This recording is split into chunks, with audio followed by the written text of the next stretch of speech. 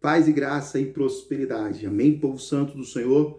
Que a alegria do Senhor esteja em cada coração neste momento, em nome do Senhor Jesus. Logo mais, nós estaremos em mais uma programação, uma palavra forte, a qual o Senhor nos trouxe aos nossos corações para gerar transformação em nossas vidas, amém? Mas antes disso, eu gostaria de pedir a você, meu irmão, minha irmã, desse o seu like, compartilhasse pelo menos 5 pessoas que você tem mais afinidades com ela, compartilhe esse vídeo, compartilhe esse link, para que o reino do Senhor venha a ser propagado para mais e mais pessoas em nome do Senhor Jesus Cristo, amém? Glória a Deus. Neste momento, vamos nos preparar para a mensagem da palavra do Senhor. Oremos ao Senhor. Pai, meu Deus, meu Senhor, neste momento te louvamos, te engrandecemos por esta oportunidade, Pai.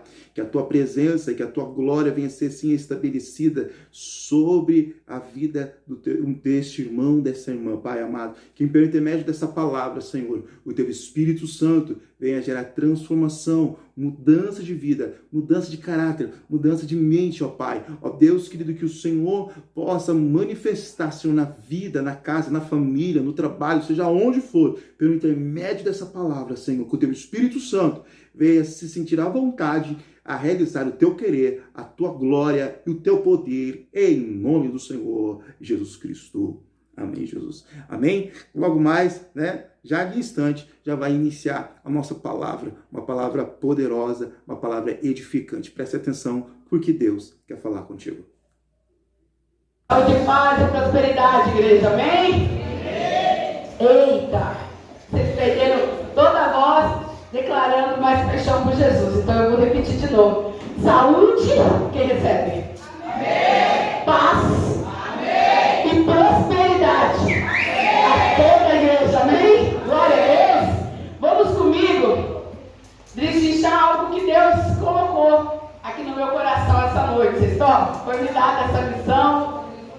Estou dizendo que tremendo, eu estou aqui, suando, eu estou aqui, mas eu tenho certeza que Deus tem algo forte para falar ao nosso coração. Quando eu estava cantando a canção Deixa Queimar, coloca aquele fundinho poderoso para nós, quando eu estava cantando a canção Deixa Queimar, eu estava ali falando com Deus e eu falei, Senhor, hoje é o dia de queimar. Hoje é o dia de abrasar. Hoje é culto de crente. E crente tem que ser abraçado. Crente que não abraça, ele tem problema de fabricação. Vocês não acreditam nisso comigo? Crente tem que ser abraçado. Crente, a Bíblia diz que é aquele que aquece, que move, que transforma, que modifica. Crente é aquele que quando pisa, algo acontece. A Bíblia diz que quando pisa a planta dos teus pés, talvez você nem saiba do poder e da autoridade que você tem. Mas a Bíblia diz que quando a planta dos seus pés pisa um ambiente, você pode declarar que ele é seu. O que o Senhor te dá. Aonde você pisa, passa a ter um outro nível de autoridade. Só que desconhecendo todos os processos e todas as bênçãos que o Senhor tem para nós, pouco aproveitamos a oportunidade de sermos filhos do maior pastor que já existiu. Hoje nós estávamos conversando algumas coisas lá em casa, e a gente conversando, as meninas brincando e conversando dos privilégios de ser filho de pastor, e aí elas falaram, pastor, tem algumas situações, ela falava, mãe, qual é o privilégio de ser filha de pastor? Porque ela estava tentando encontrar e não encontraram, Aí eu falei, eu sei, filha, qual é o privilégio? Eu sei que ela não me criou nos meus lugares, sei, no lanchinho. Mas depois que a gente passou esse momento, eu no carro, e agora eu desci aqui embaixo, vai dar uma flor linda que eu recebi, eu estava ali conversando com Deus e falando com Deus assim. A Bíblia diz que pastor, ele é o bom. Jesus, ele é o nosso bom pastor. E quando elas me perguntaram, mãe, qual é o privilégio? Porque filho de pastor, ele tem que ser único que não é, único que não falha. A igreja recebe esse poderio de falhar. Mas os olhos nos filhos dos pastores, eles estão sempre muito afilados, porque eles não podem errar, e quando erram, vem logo a frase: nossa, mas é filho do pastor? Somos sujeitos a todos nós a eles, amém, amores? Não vamos falar sobre isso. Mas o que eu quero dizer é que todos nós somos filhos de pastor. Todos nós somos filhos do bom e precioso pastor. E quando eu estava ali, agora, não tinha muito a ver com a minha introdução que eu ia fazer, mas Deus sempre faz assim. Eu perguntei para o Senhor, quando elas me perguntaram qual era o benefício, porque elas não encontraram. Eu também confesso que podia falar biblicamente os benefícios, mas assim, a curto prazo que elas estavam me ajudando aqui, eu confesso que eu não soube falar assim. Aí eu falei: Senhor, escuta os benefícios. Todos nós temos de sermos filhos do bom pastor. Mas quantos deles nós aproveitamos?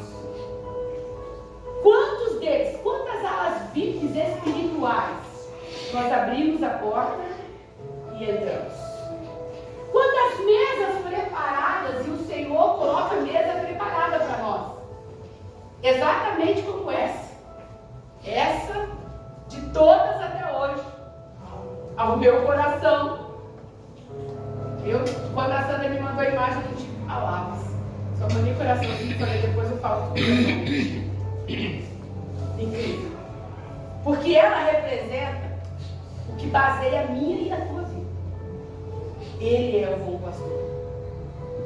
Existem lugares, privilégios, situações que por conta deste homem, deste Deus, todos nós podemos declarar: há sim privilégios em ser filho de pastor. Eu quero fazer uma leitura com você essa noite, e a leitura está em João 21, do 1 ao 7. Você não entendeu ainda, mas você vai entender aonde nós queremos chegar. Só que privilégio, vai estar aparecendo lá, mas antes disso eu quero que vocês venham aqui comigo um pouquinho. Privilégio é uma palavra perfeita, mas todos os privilégios que nos são concedidos nós tomamos posse. Todos os privilégios e honras que podemos receber, nós tomamos posse. Aqui eu já vi nas redes amigas gente ganhando desconto que nunca fez. Eu já vi aqui gente da rede amiga que ganhou unha e nunca foi fazer. Eu mesmo ganhei uma sobrancelha, só que não fui lá fazer até hoje. Lembrando aqui, né? Nós minerados, que a gente gosta dessas coisinhas. Mas quantos privilégios e honras nós já poderíamos ter tomado posse, mas por medo, incertezas, contradições, ouvidos errôneos, dando crédito a várias vozes, nós não tomamos posse daquilo que é nos dado como direito e como privilégio. A palavra do Senhor fala em João 21, do 1 ao 7, nós vamos fazer a seguinte leitura, na NTLH. Essa mesmo. Depois disso, Jesus apareceu. Quem apareceu? Jesus. Outra vez, a quem ele apareceu? Jesus. Na beira do lago da Galileia. Foi assim que aconteceu. Esse foi assim que aconteceu. Ele está dizendo assim, ó, não encontra outra versão, porque foi essa versão que aconteceu. Não adianta falar de outro jeito, ou enfeitar ou não enfeitar, porque foi isso que aconteceu. E foi assim que aconteceu. Estavam juntos Simão, Pedro e Tomé, chamado Gêmeo, Natanael, que era de Caná da Galileia, os filhos de Zebedeu e mais dois, o quê? Quem estava lá? Simão Pedro disse aos outros: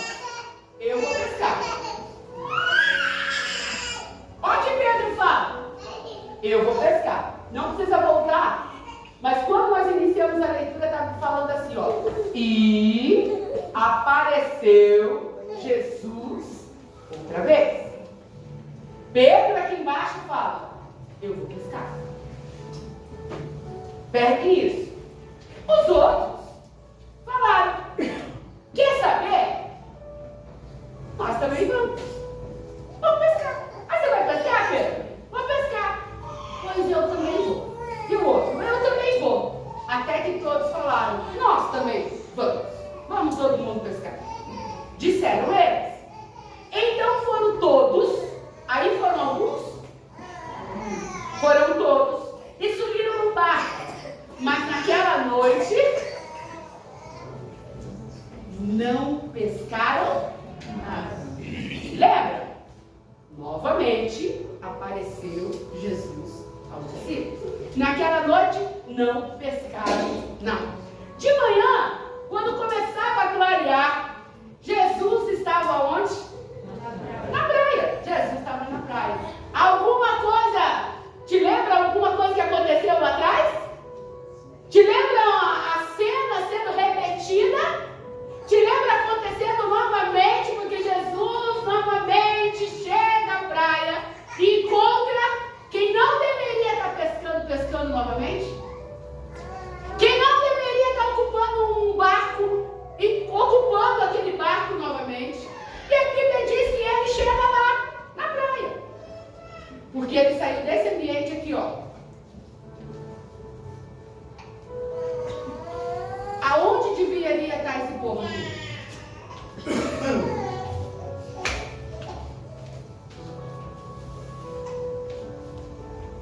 Esse povo, discípulos, culto de crente, vem? Não estavam aqui. Ele teve que encontrar esse povo, discípulos, no mesmo caminho que eu trabalho. E a Bíblia diz que Jesus estava na praia. Porém, eles não sabiam. Vocês vão participar comigo. Tudo comigo, vocês sabem que eu falo e vocês deduzem. Porque aí nós ativamos algo dentro de vocês para vocês não esquecerem de pregação. E a Bíblia diz que eles não sabiam quem ele era. Mas peraí. Não eram discípulos? Você sabe quem eu sou, pai? A Bíblia diz que Jesus volta a cena. Volta ao mesmo ambiente. Vê aqueles homens que um influenciou o outro, foi influenciando a pescar novamente. Eles estão pescando. Ele caminha na praia. Eu imagino Jesus pensando assim: se as minhas meninas, né, todos, eles vão falar das mulheradas, se eu passei por uma luta, porque era certo, porque eu passei 3 anos falando para eles: ó, peraí, vai chegar um dia que vai ser concretizada a vontade do Pai. É necessário que eu morra. Mas não se preocupem. Não se preocupem, porque tem uma promessa de ressurreição. Então os meus discípulos tinham uma promessa de... Eu imagino Jesus saindo desse ambiente ali, procurando os seus discípulos, querendo ver os seus discípulos. E os seus discípulos, ele imaginava que estariam esperando ele, se não ali, numa reunião, numa ceia, preparando uma festa, porque a promessa era que ao terceiro dia, porém a Bíblia diz que não, isso não aconteceu. E já que não aconteceu, ele pergunta: onde estão eles? Vamos fechar aqui, porque isso vai ficar por depois. Então ele está na beira da praia, caminhando. Porque discípulo que é discípulo conhece o seu discipulador. Então Jesus faz um desfile à beira da praia. Jesus caminha na beira da praia. Porque ele entende que o que vai acontecer? Quem é pai que chega em casa, quando você chega em casa, o que o teu filho faz? Fica triste? Fica triste? Quando o filho chega em casa, quando o pai chega em casa, o filho normalmente, principalmente quando eles são precoces, ele sai correndo. E ele fala: papai, papai, papai, papai. Ele quer contar o que aconteceu na escola. Ele quer contar. E Jesus caminha na praia. Mas a Bíblia diz, olha o que a Bíblia diz. De manhã, quando começava a clarear, Jesus estava na praia. Porém eles não sabiam quem era ele. Então Jesus perguntou, porque ele entendeu assim, olha o que Jesus entendeu dentro do que Deus trouxe no meu coração. Eles não reconheceram mais a minha forma. Será que eles vão reconhecer a minha voz?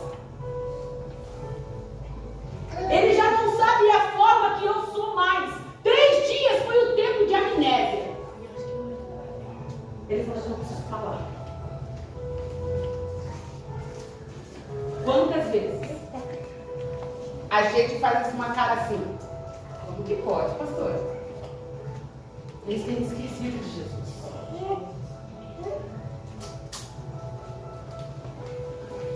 Porém, não sabiam quem ele era. Então Jesus perguntou, moço, vocês pescaram alguma coisa? Nada, disseram eles. Eles não reconheceram a imagem de Jesus. Eles não reconheceram a voz de Jesus. E nem duplamente a mesma situação que aconteceu outrora. Eles só há 3 anos atrás. Eles não reconheceram. Eles falaram, não pescamos nada.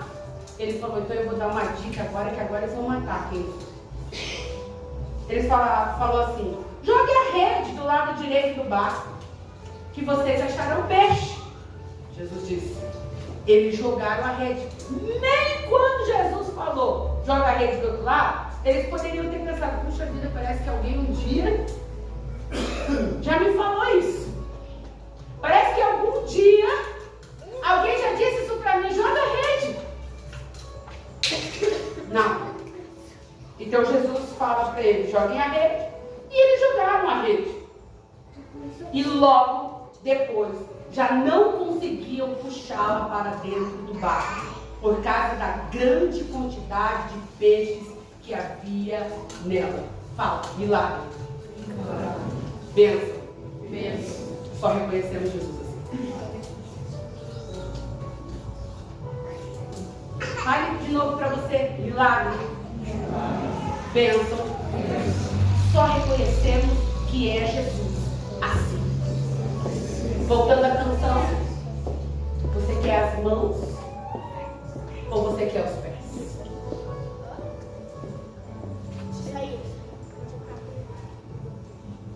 Aí o discípulo que Jesus amava disse a Pedro, ele não queria ser o precursor, mas ele disse para Pedro, o Pedro é Jesus. Quando Simão Pedro ouviu que era o Senhor, o que a Bíblia diz que ele fez? Vestiu a capa.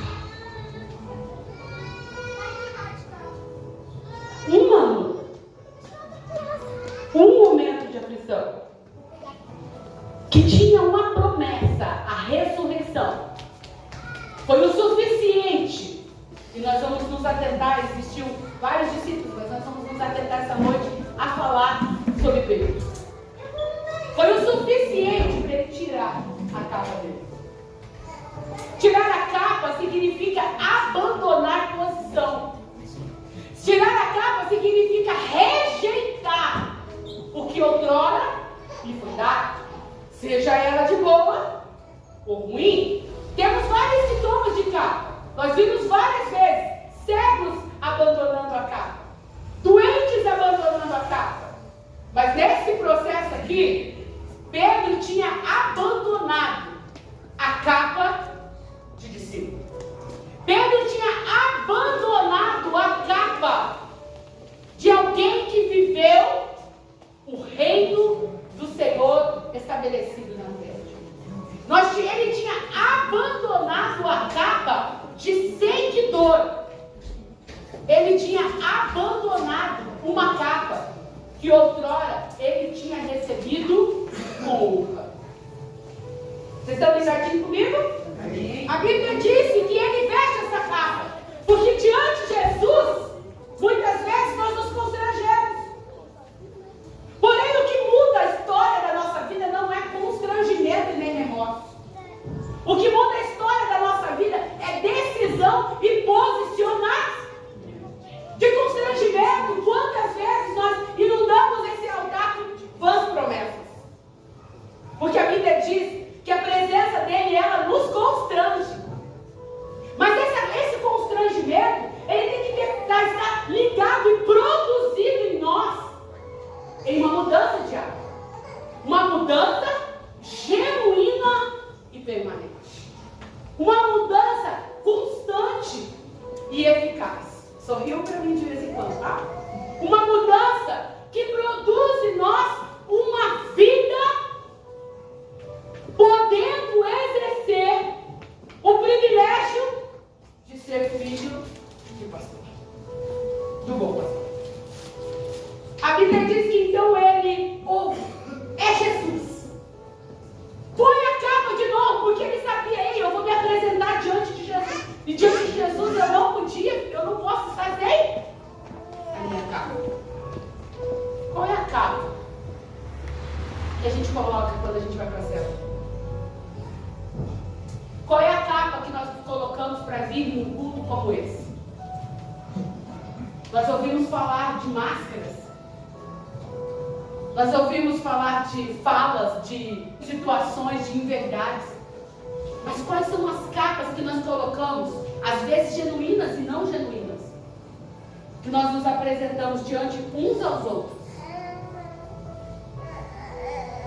Mas quando estamos longe, teoricamente, da companhia de pessoas que podem nos analisar,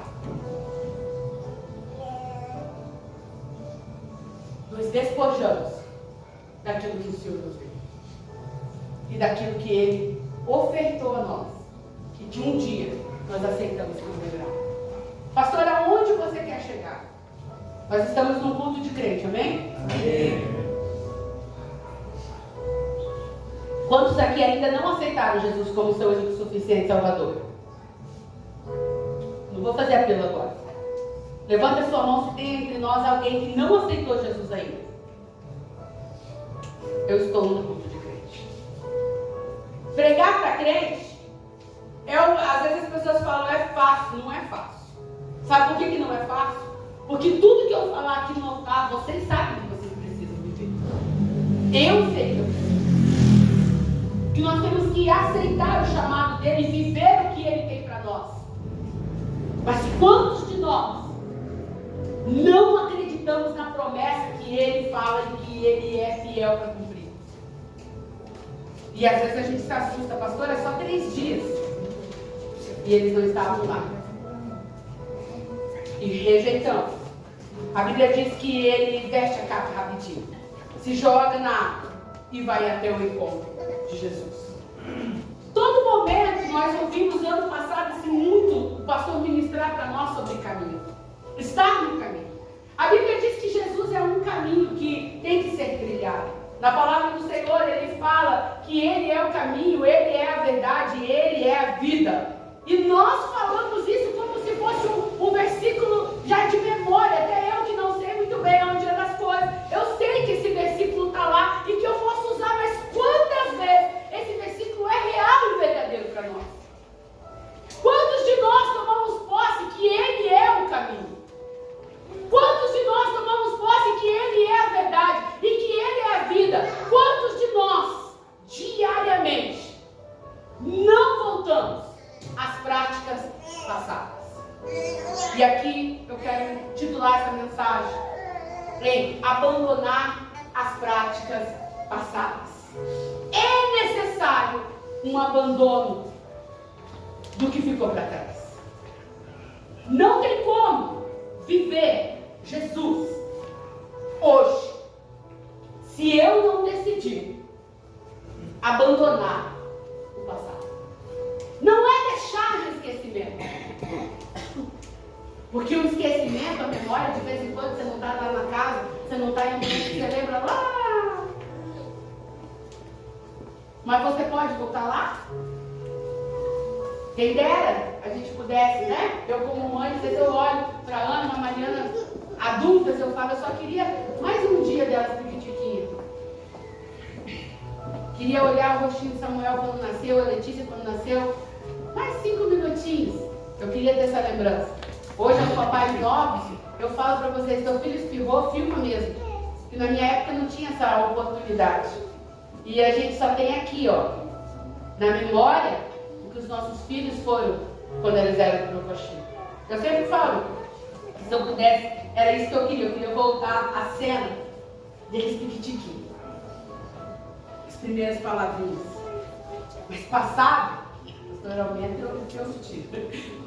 Passado, fica pra lá. Depois eu me dei uma voz alta, vocês estão me escutando? Sim. Já vamos entender. Ficou pra lá. Mas a Bíblia diz que este é o caminho que nos leva ao arrependimento.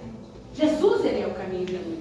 Jesus é a porta de entrada. Jesus, ele é a transformação dos nossos atos, a mudança do nosso caráter. Só quem segue o caminho encontra vida, paz e sabedoria. Ele é o caminho. Pastor, eu estou careca de saber que ele é o caminho. Como tem sido esse caminho para você? Nós temos pisadura desse caminho? Nós temos andado nesse caminho? Tem as marcas dos teus pés nesse caminho? Claro que tem, pastor. É Santa Ceia. É Santa Ceia. Eu estou aqui.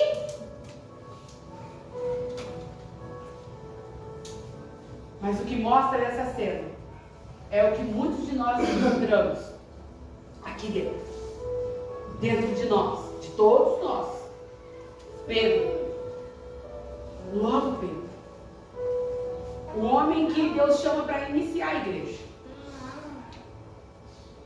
Pedro, o homem que Deus confia nele, algo extraordinário. A Bíblia diz em Mateus 16, do 17 ao 19, e ele fala assim, ele afirma, Simão Pedro, filho de João, você é feliz.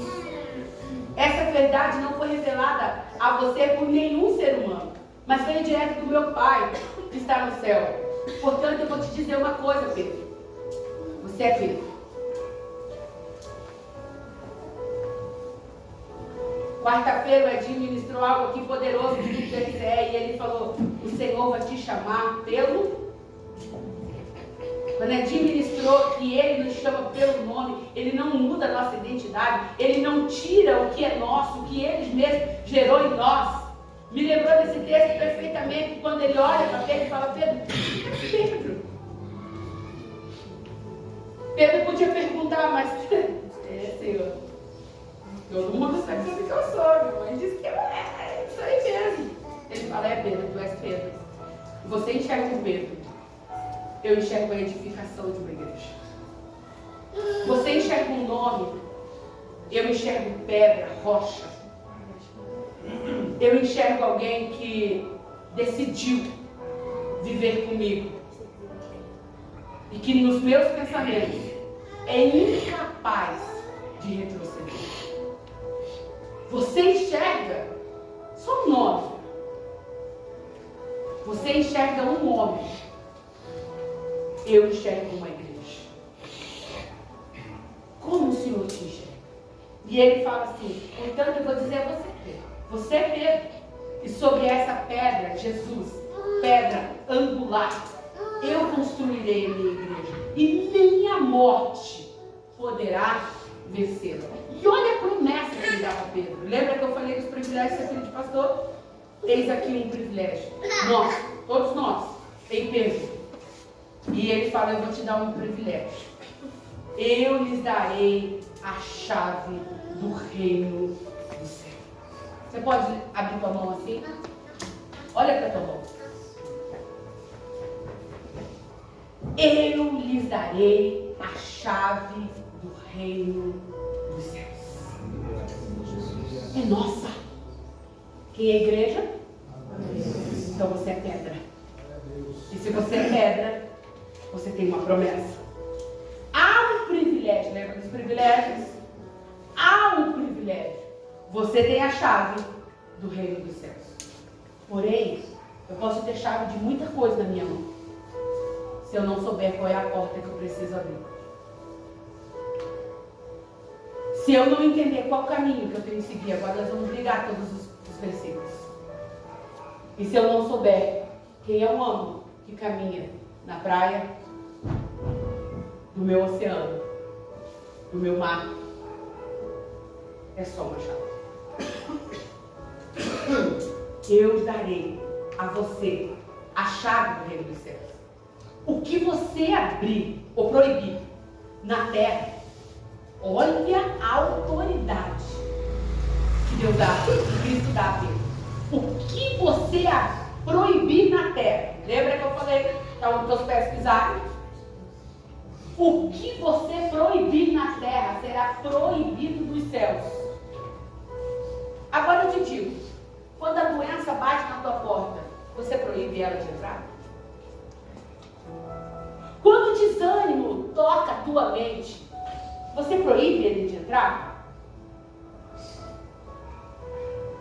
Quando o sinal de desistência ministerial quer bater na porta do teu coração, o que você faz? Você assume o privilégio de ser filho pastoral do bom pastor? Proíbe ele? Ou você aceita? O que você proibir na terra será proibido no céu. E o que você permitir na terra será permitido no céu.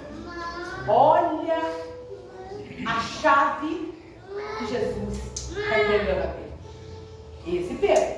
O Pedro do barco. Mas antes de analisarmos as voltas das práticas passadas, nós podemos aqui, talvez você está olhando para mim e falando, puxa vida, pastor, esse Pedro era ruim de negócio, hein? Não tem história na Bíblia que a gente olha e fala assim, puxa vida, é ruim de negócio esse povo. Às vezes a gente olha a história do Mar Vermelho e fala, meu Deus do céu, olha os dias de novo. Nada é coincidência. Viu um mar abrir e o povo estava com saudade da cebola?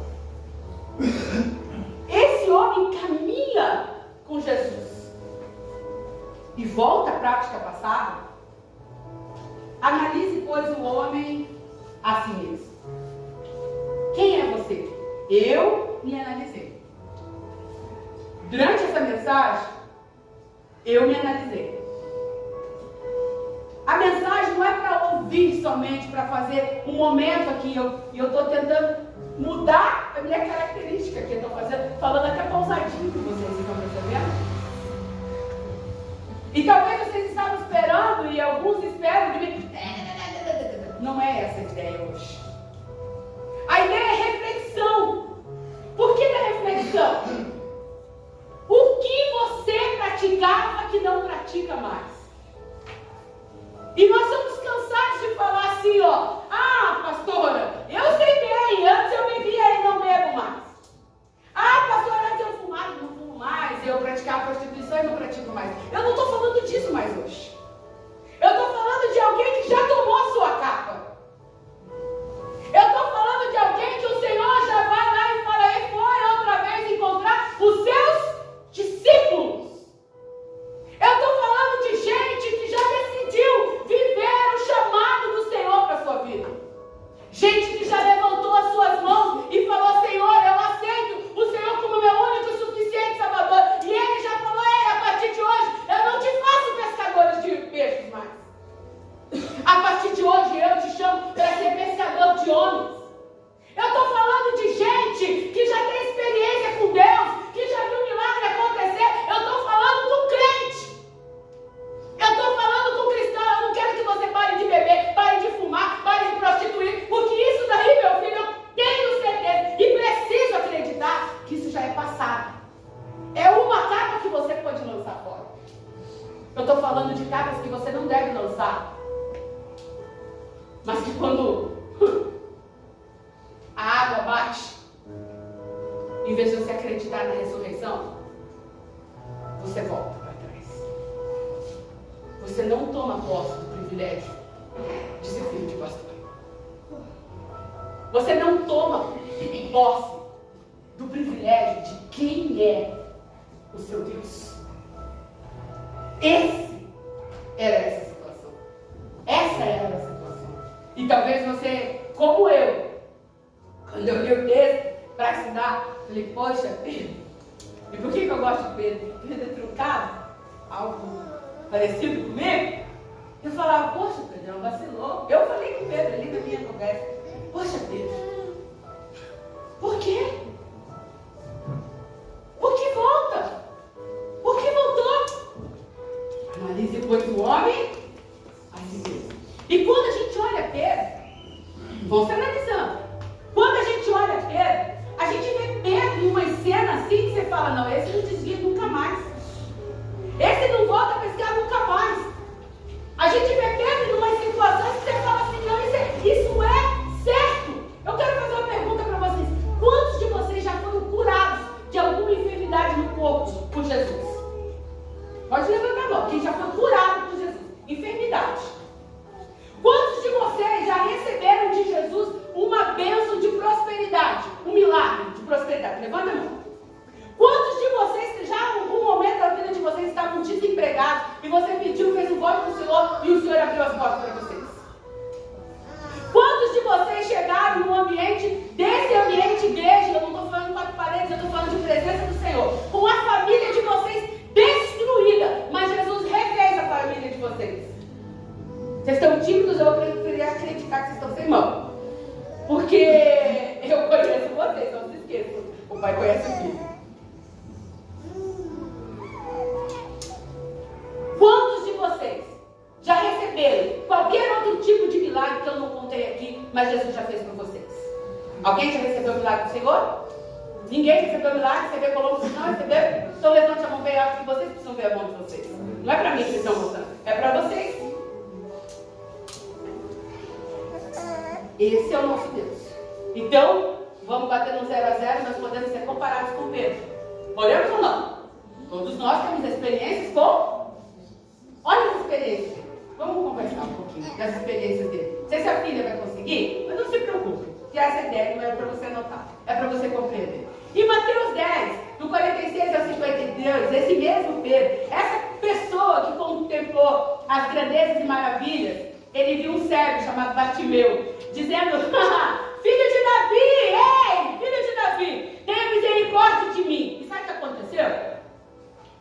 O cego chegou. Mateus 10, 46. Quem estava lá?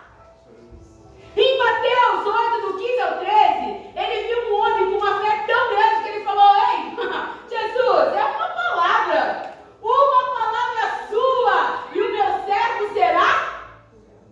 Quem estava lá? Em Marcos, do 5, do 37 ao 42, ele viu um pai chamado Jairo falar assim, ó, desesperado, porque a filha estava quase morta, a Bíblia diz. Só que até Jesus sair do ambiente que ele estava, para chegar na casa de Jairo, o que aconteceu? E quem estava lá? Porque Jesus falou assim, eu vou precisar levar esse cara, porque Deus é onisciente, onipresente e onipotente. Ele falou, vai acontecer alguma coisa lá na frente, eu vou ter que pescar ele na praia, mas eu preciso fortalecer coisas na vida dele, para que quando ele passar por todos os tipos de aflições, ele lembre com quem ele andou. Você lembra com quem você tem andado? Aleluia. Aí ele pega e fala, minha filha está quase morta. Ele fala, não, vamos lá. E vai. Só que quando Jesus chega na casa de Jairo, a filha já morreu. Mas, você está morto? Não tem problema não.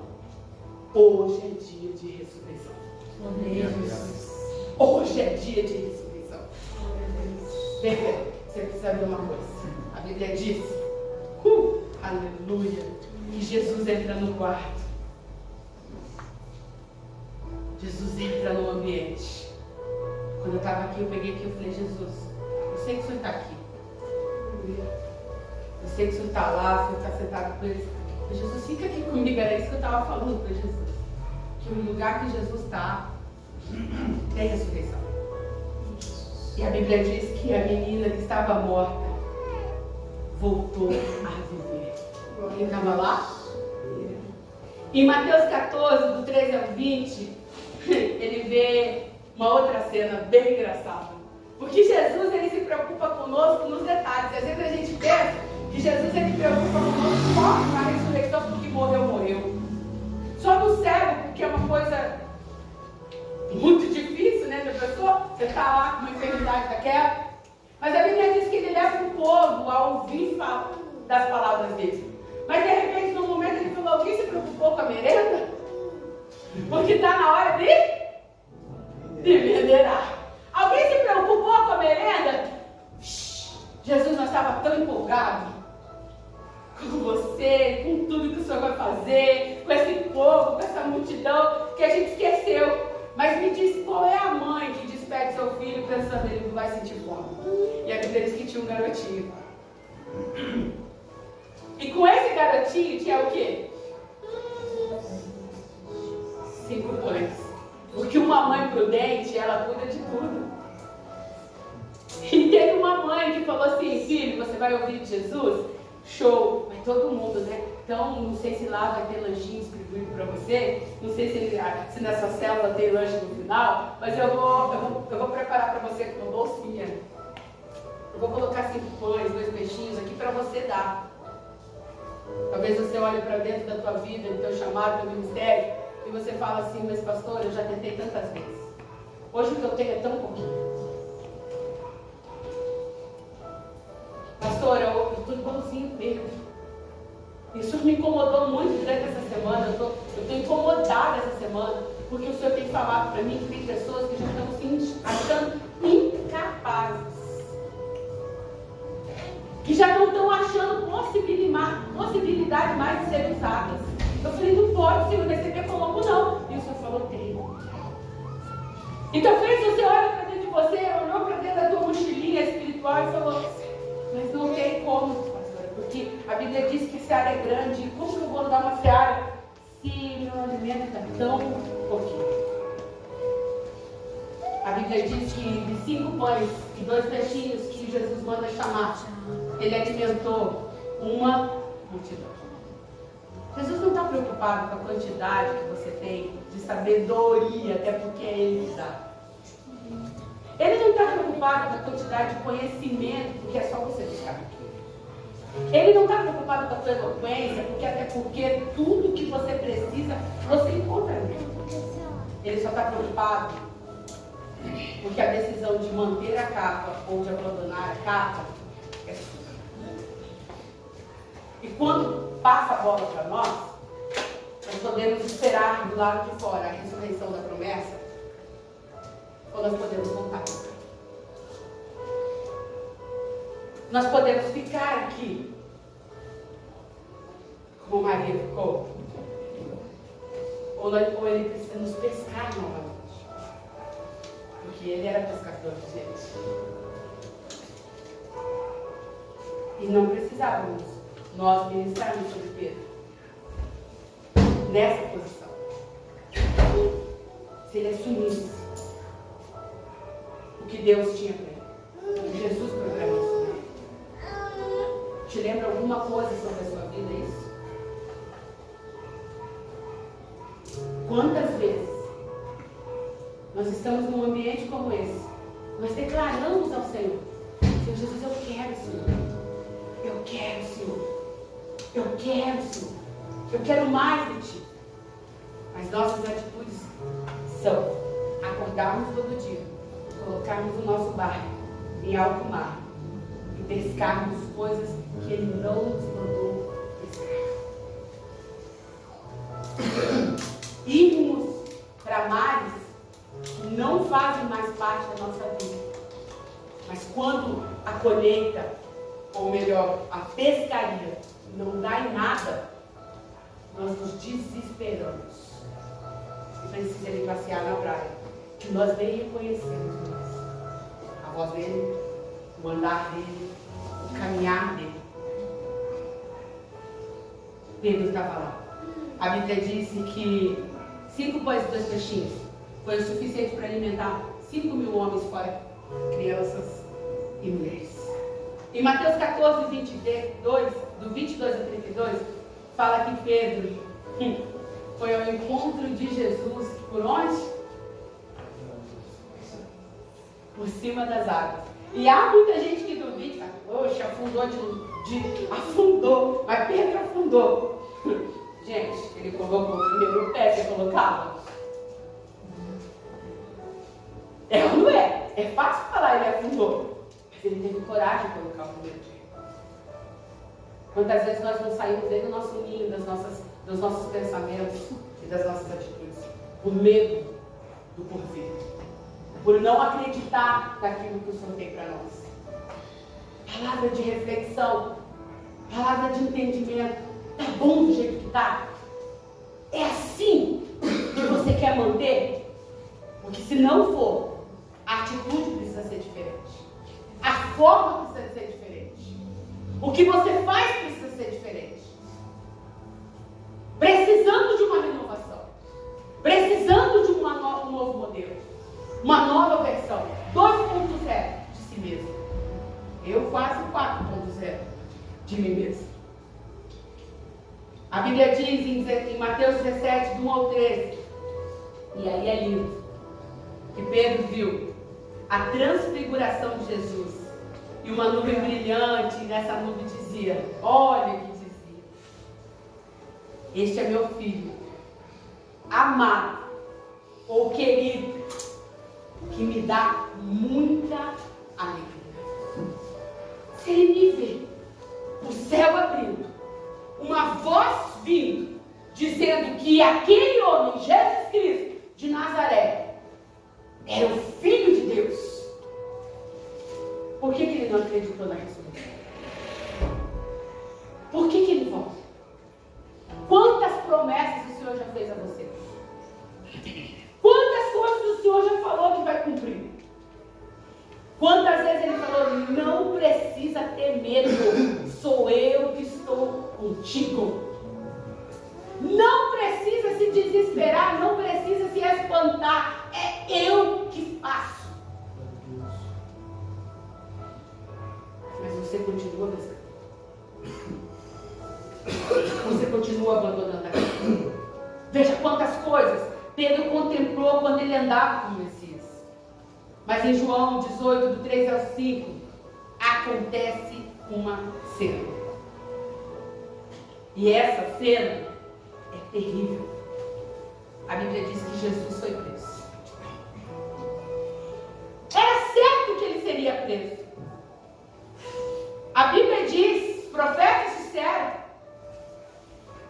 que ele precisava passar por isso. Mas Jesus era preso. Jesus foi traído por Judas. E foi preso. E nessa hora, minha gente, tudo muda. Tudo. Vocês estão fazendo a cena comigo? Jesus está sendo preso. E nessa hora, tudo muda. O libertador é preso. O que curava é algemado. O que libertava, hoje ele está sendo oprimido. O que ressuscitava, está sendo cuspido. O que levantava, estão derrubando e caindo. Estão dando a ele, enquanto ele dava vida eterna, deram uma cruz que não era dele. O meu Jesus, o seu Jesus, estava algemado. E o que seguia, em todos os milagres, o que estava com ele na ressurreição, na merenda, o que estava com ele por cima das águas, o que estava com ele nos momentos de tantos testemunhos, o que andava com ele e o que ele chamava de discípulo, naquele momento, o negava. Naquele momento, abandonava a sua capa. Aquele homem que ele falou assim, ó, eu não posso colocar muita gente aqui, porque eu preciso de gente de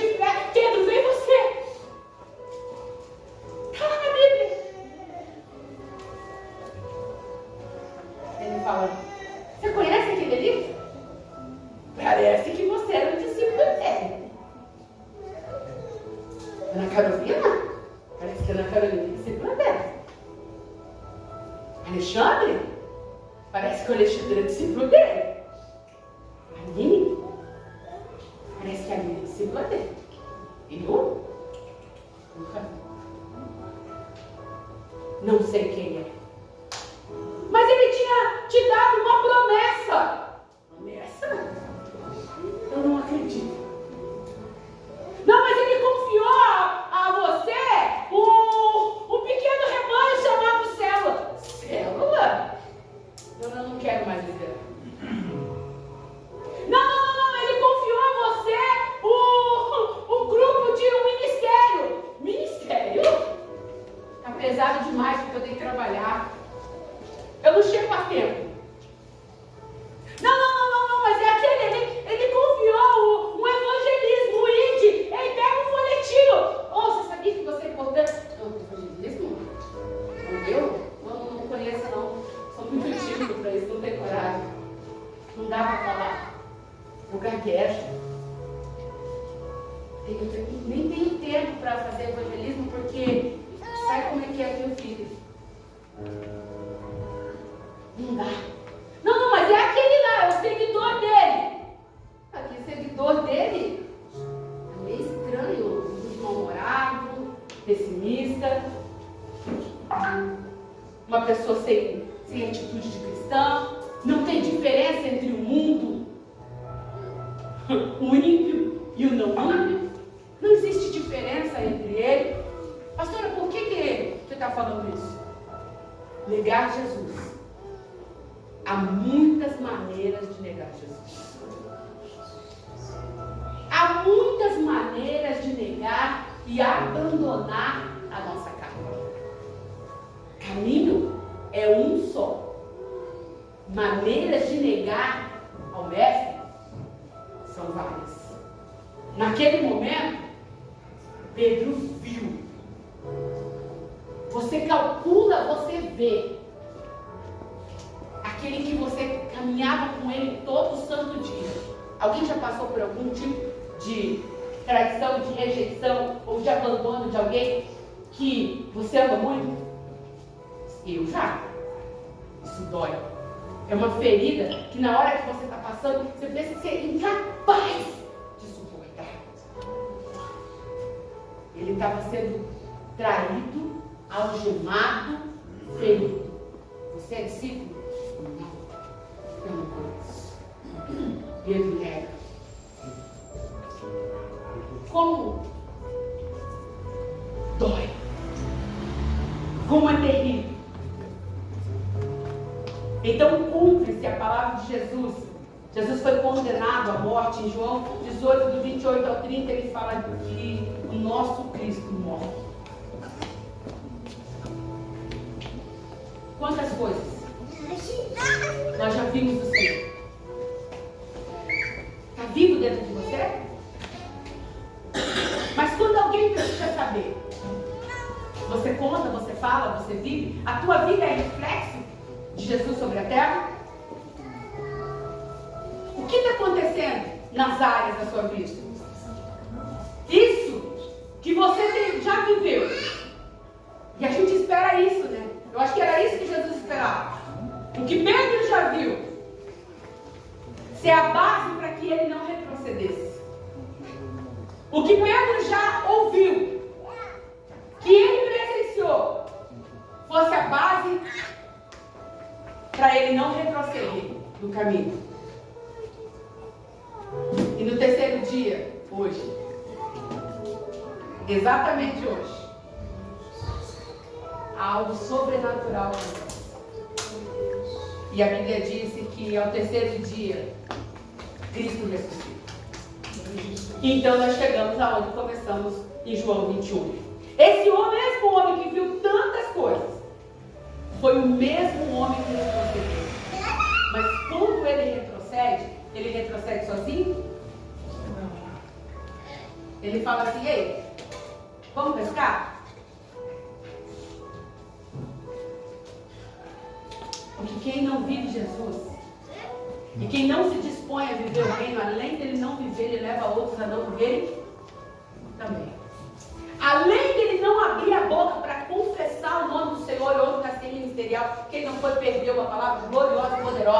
nosso funcionário, quem não vive, além de não viver, ele não permite os outros viver, porque ele estimula a desistência. Por isso que com quem você anda vai te dizer muito bem quem você é. Você tem que procurar alianças que te impulsionem a viver Jesus. E tem muito crente que tem mais prazer em amizade lá do que amizade cá. Mas pastora, aquele irmão da igreja é um difícil irmão. Por isso que ele é teu irmão. Irmão a gente não abandona. Irmão a gente não menospreza. Irmão a gente não joga para esconder. Irmão a gente traz para perto para tratar. Mas cuidado com as alianças espirituais que você tem feito. E aí ele fala, aí vamos pescar, vamos pescar. Então foi tudo. Olha que terrível. Quantos de nós já pescamos em alguma área fazer a mesma coisa? Ou talvez se encontram dessa maneira. A palavra que Deus nos ensina é que não podemos desejar retroceder. Mas sim, Deus fala em todo momento sobre um período de conquista. Eu quero ler isso aqui para vocês. Fala de que somos mais do que vencedores. Mas por que muitos de nós retrocedem no caminho? Como você orava e como você ora hoje? Como você lia a Bíblia e como você lê a Bíblia hoje? Como você jejuava e como você jejua hoje? Quantas vezes a gente pega aqueles crentes mais antigos e a gente ouve as histórias deles que inflamam o nosso coração, bombeiam a nossa vida, mas você chega neles e eles estão falando assim, porque antigamente a gente subia um monte e orava ao Senhor, porque antigamente eu jejuava, pastora, porque antigamente se abria a igreja, mas você pega essas pessoas que antigamente faziam porque hoje não fazem mais. Jesus muda. O Evangelho muda. Quem mudou? Fala, quem mudou sou eu. Quem mudou foi eu. Ele continua genuíno. Jesus continua o mesmo. Ele é o caminho. Eu sei que era muito boa uma palavra. Ele vive. Ele vive. Eu sei que seria muito bom a palavra. A nossa esperança ressuscitou. É verdade. Mas não adianta ele viver se você continua morto dentro da casa dele. Não adianta a vida dele imperar através dos louvores, das canções entoadas, se a nossa atitude não é nem de reconhecimento. Eu não consigo imaginar eu andar num ambiente que os meus filhos não reconhecem minha voz. Eu não consigo imaginar nem os meus filhos não reconhecendo. Não consigo. Mas o meu mestre passou por isso. Às vezes eu vejo elas cuidando dos detalhes mais do que eu nem pensei. Hoje eu achei engraçado que eu ganhei uma flor e a flor combina com o meu vestido. Eu já vi isso. Deus cuida dos detalhes. Mas às vezes nós não reconhecemos a voz dele mais. E eu quero dizer para você, muitas das coisas de lutas que você passa, não é o diabo que te dá. Para de culpar o diabo pelos teus não acertos. É porque você deixou de reconhecer a voz da direção. Passa despercebido. Você não consulta mais. Você não sabe mais quem é que te direciona. Quem move, a capa foi abandonada. E a prática passada passa a ser a de hoje. Quando você veio para a igreja e falou, Senhor, eu te entrego tudo que eu sou. Mas hoje você toma da mão de Jesus a sua própria vida. Você é condutor dela. Você que direciona. Você se move segundo a tua vontade. É o que eu penso. Porque a opinião das pessoas não me importa.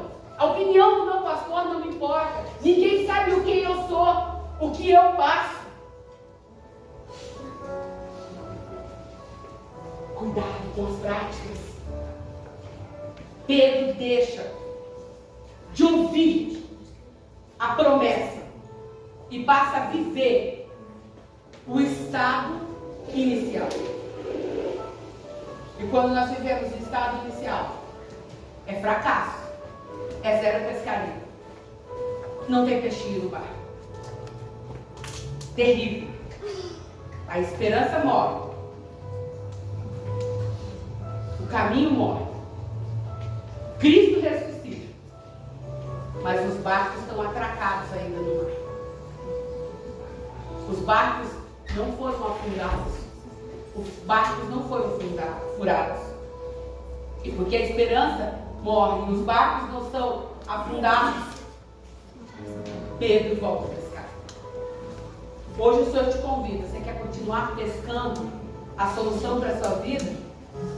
Ou você quer decidir acreditar na ressurreição e afundar os seus barcos de vez? Quando Jesus falava comigo essa semana que existiam pessoas que estavam descrentes do seu chamado, eu como pastora de vocês, eu vou confessar a vocês que eu me doeu na minha alma. Doeu meu coração. Porque tudo que eu oro, vivo e faço é para que vocês assumam o chamado. Porque vocês assumindo, vocês serão felizes. O reino será estabelecido. Mas enquanto a vida particular de cada um de nós ainda for a âncora que segura os barcos passados, vocês nunca vão pescar a verdadeira pesca maravilhosa. Vocês estão conseguindo entender o que eu estou falando? A decisão hoje que eu proponho a vocês é que Jesus morreu há 3 dias atrás, mas que vocês morram hoje. De uma vez por todas. De uma vez por todas. Decidido Jesus. Conscientemente. E é por isso o tom de voz moderado. Para ser algo racional e não emocional. Para não ser algo que toque o âmago de vocês, comova vocês a tal ponto que vocês se levantem e venham aqui na frente. Uou, pode ter isso? Pode. Nunca vai ser remorso. Sempre tem que ser mente. Vida com Deus não é feita de emoção. Porque se vida com Deus for baseada em emoção, a primeira situação de solidão ou de luta, você volta à prática passada. Porque a tua fé não é baseada nele, mas no que ele pode te dar. Falei pro Joe, você quer os pés ou você quer as mãos? Ele falou, paz, eu quero as mãos, os pés. Eu fiquei feliz. E ele ficou lá raciocinando minha pergunta. Daqui a pouco ele falou para mim assim, porque as mãos é uma consequência dos pés. Tem promessa, tem bênção preparada para você. Mas não adianta querer a bênção antes de querer caminhar nele. E é para caminhar junto dele. Ser testemunha dele. Reconhecer a voz dele. Ouvir dele. Ser transformado por ele. Se eu te perguntar, qual é a maior honra que você tem da sua vida? Qual é a sua maior conquista? Esses dias dentro da empresa me honraram. Tiraram uma pessoa de um cargo muito maior que o meu para me manter dentro da empresa. A pessoa falou, eu falei, vou precisar sair. A pessoa falou assim, não, eu remanejo fulano de tal, mas a gente não pode te perder. Eu falei, filha, eu vou continuar na empresa. Se você quer que eu continue na empresa, eu continuo, mas daqui a um pouco eu tenho convenção. Precisa faltar? Já ciente.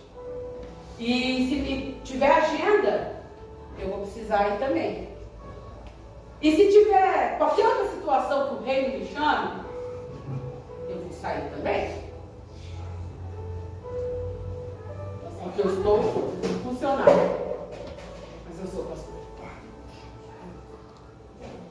É a minha maior honra. Não é o objetivo de vida. O meu objetivo de vida é a adoração. Essa é a capa que ele me deu. E que eu não deixo por nada. Qual é a capa que o Senhor tem te dado? Ela tem sido o seu símbolo de maior honra? Ou o seu símbolo de maior honra é uma conquista financeira? Ou o seu símbolo de maior honra é uma carteira, é um trabalho, é uma casa? O seu símbolo de maior honra é a sua família?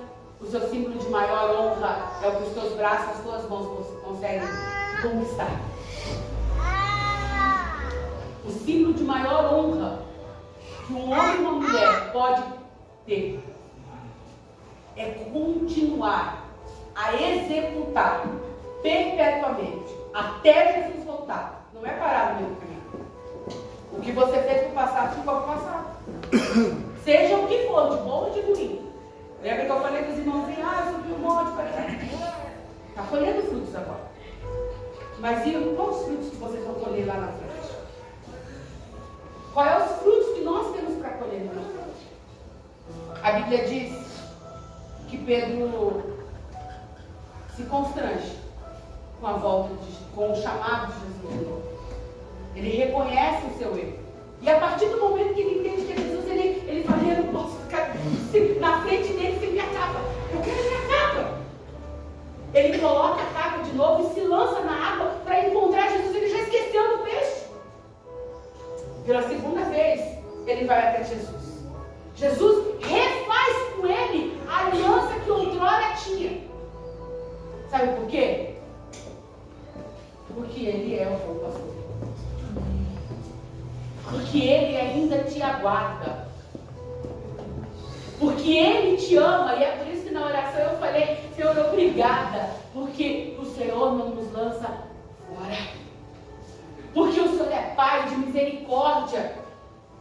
Porque o Senhor espera de nós que a qualquer momento nós assumimos de novo a nossa capa, chamamos a responsabilidade para nós e vivamos aquilo que Ele tem e que Ele já deu. Nós estamos num culto de igreja, eu acho inacreditável vocês não saberem qual é o papel de vocês. Eu tenho certeza que vocês sabem. Vocês não sabem talvez como fazer, mas vocês sabem o que vocês precisam fazer. Você sabe, Nara, o que Deus espera de você. Você sabe qual é a posição que o Senhor quer que cada um ocupe. Você sabe. Impossível não saber.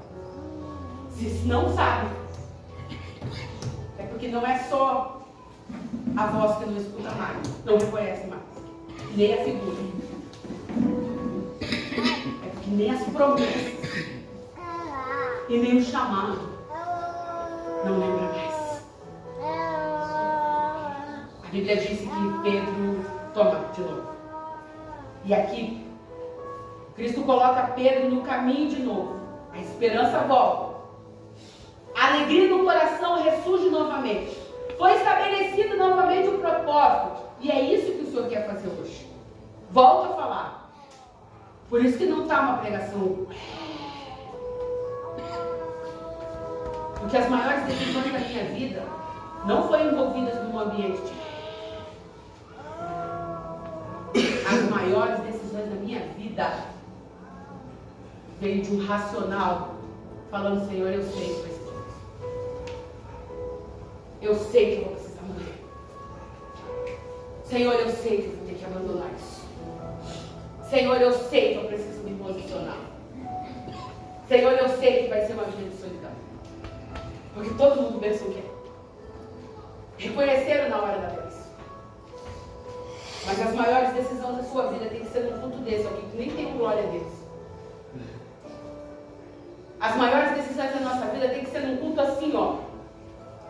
Quando mostra para nós e nos coloca na frente de um espelho. Quando nós somos pequenos perto da grandeza dele. Que após 3 dias voltamos a pescar. Não tem diferença de Pedro conosco. Nenhuma diferença. E eu falei com o Senhor isso no quarto. Senhor, não tem diferença nenhuma de Pedro conosco. Porque todos nós praticamos coisas hoje que já não éramos para nós praticarmos mais. E todos nós deixamos de praticar coisas que deveríamos continuar a praticar. Por isso eu volto a falar. Como tem sido a tua oração? Como tem sido o teu jejum? Esses dias um irmão perguntou para mim, pastora, por que a senhora fala tanto em oração e jejum? A gente chega perto da senhora para falar oração, jejum e Bíblia. Eu falo, tem outro caminho? Se tiver, abre a Bíblia e me apresenta. Não é emoção. É metáfora. Não é emoção. É mudança de mente. É posicionamento. Pastora, servir Jesus é difícil. Não. Servir o diabo é difícil. Servir o diabo é difícil. Servir Jesus não é difícil. Difícil é você ter coragem de tomar sua capa e assumir Jesus dentro da sua vida. Difícil é você matar você mesmo. Servir Jesus não é. Servir Jesus é privilégio de ser filho de pastor. Amém. Servir Jesus é privilégio de poder sentar nessa mesa e saber que agora, Ele está preparando um lugar. Aleluia! Servir Jesus é saber que hoje Ele ressuscitou. E Ele não ressuscitou por outra coisa a não ser para os crentes. Para eles poderem falar, pode falar com Deus de vocês. Nem a morte pôde prender. Ele não ressuscitou para os ímpios.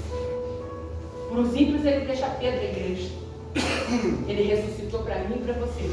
Para nos dias de dor e desespero, a gente lembrar que nós podemos ressurgir com Ele todo santo dia. E não importa a luta que passarmos. Não importa, Ju, a dificuldade que nós passarmos. Não importa o momento que passarmos. As dores que o mundo pode nos trazer.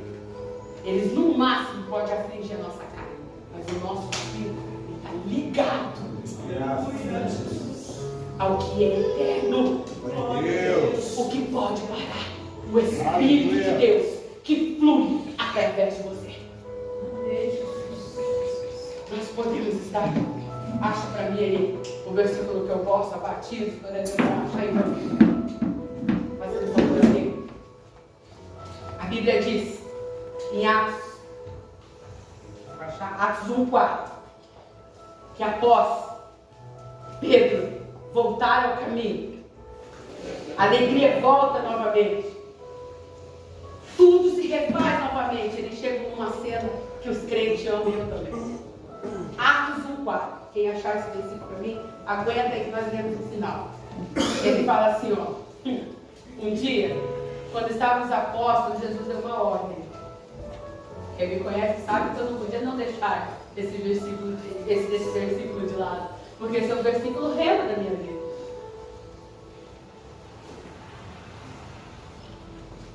Eu preciso acreditar que se Pedro já tivesse lido esse versículo antes dele ter voltado, ele não ia ter buscado. Porque esse é o versículo rema da minha vida. Quando eu sei o lugar que eu ocupo, eu não saio de lá. Quando eu sei o lugar aonde é o meu lugar, eu não abandono este lugar. Primeira coisa que você que deseja viver Jesus, até Ele voltar, você tem que saber qual é o teu lugar.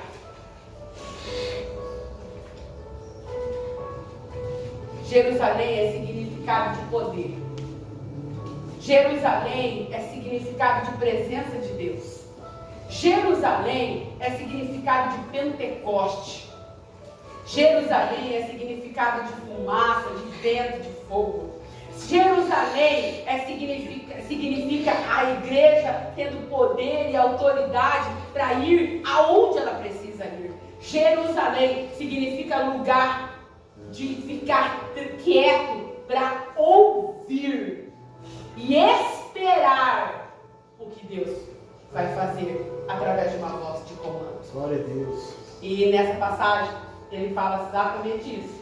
Ele fala assim um dia, quando estavam os apóstolos, Jesus deu uma ordem. Fica onde? Jerusalém. E espere. As maiores decisões da nossa vida, erradas, nós tomamos assim, ó.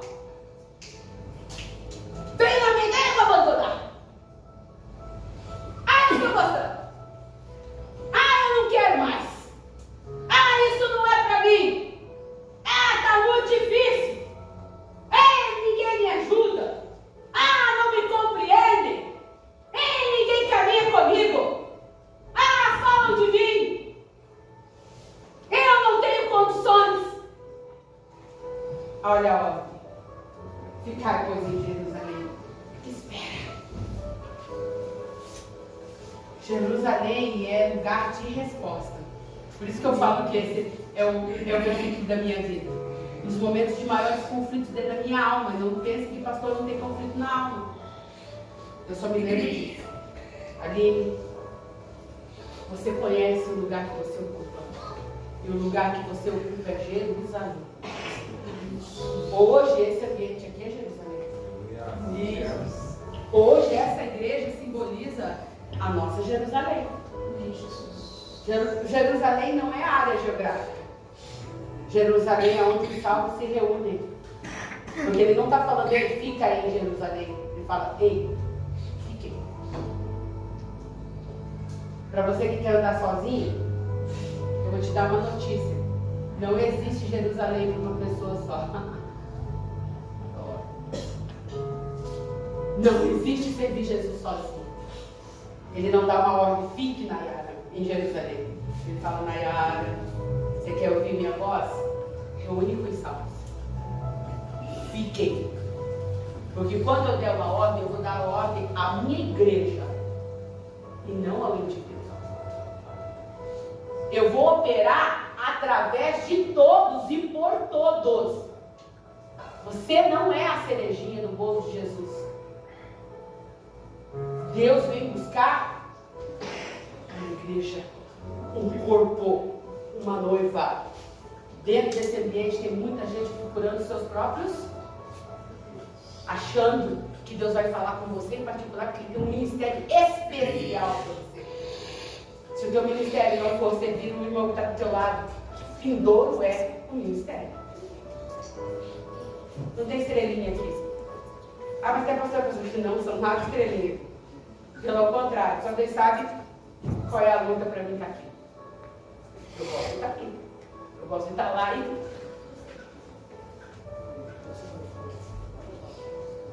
Que é o caminho daqui. Às vezes as pessoas falam, ah, eu tenho vontade daqui. Eu amo que vocês tenham vontade. Eu adoro, na verdade. É o meu sonho. Mas antes de vocês pensarem nesse lugar aqui, vou falar um conselho para vocês. Pegue um pano de chão, uma escovinha de banheiro, põe numa que boa um pouquinho de desinfetante e vai para aquele ambiente ali.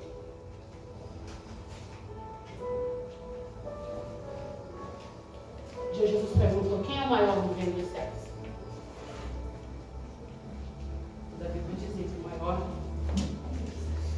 é o menor. Às vezes nós queremos privilégios da casa do Pai. Nós queremos a bênção, nós queremos o altar.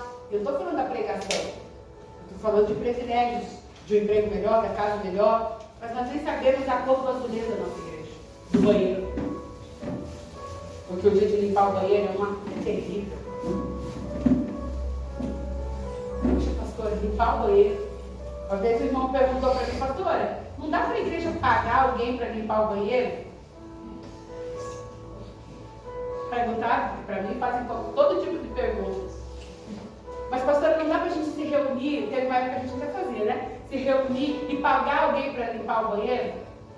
E eu confesso para você que na hora eu não recebi como uma crítica, até pensei assim, o Espírito Santo falou não.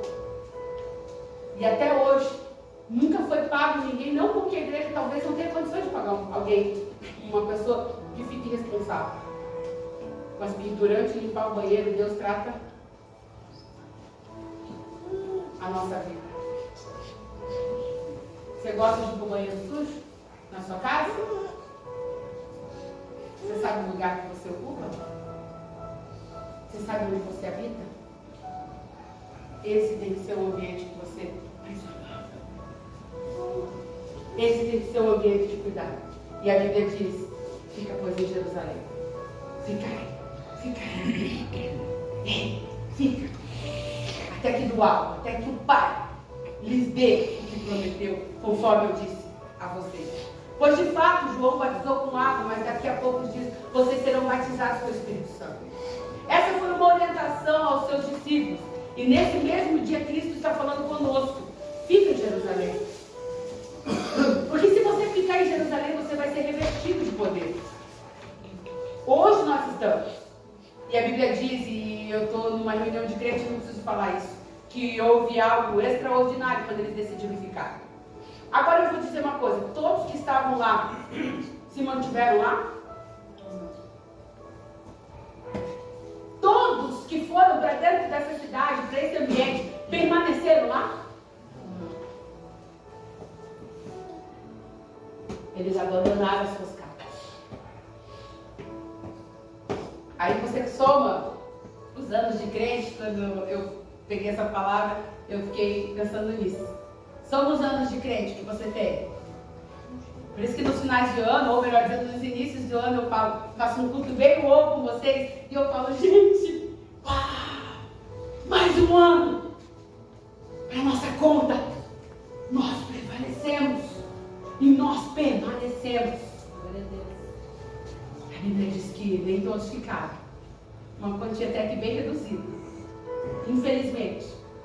Mas se você está sentado aí, é porque você ainda está prevalecendo.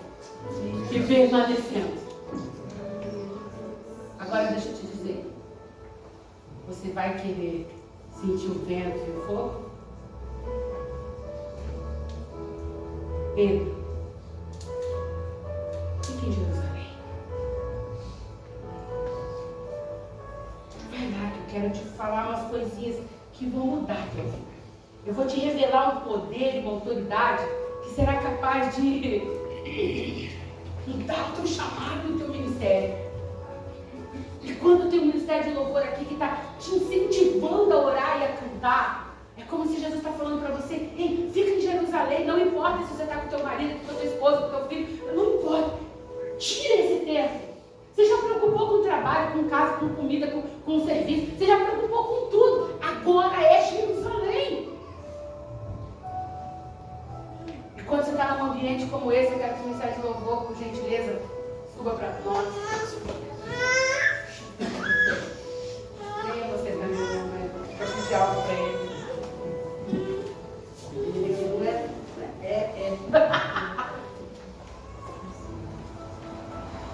Quando você está num ambiente como esse e o Ministério de Louvor fala para você, ei, canta, você adora. Eu brigo com as meninas da dança. Gente, não adianta querer dançar se não adora.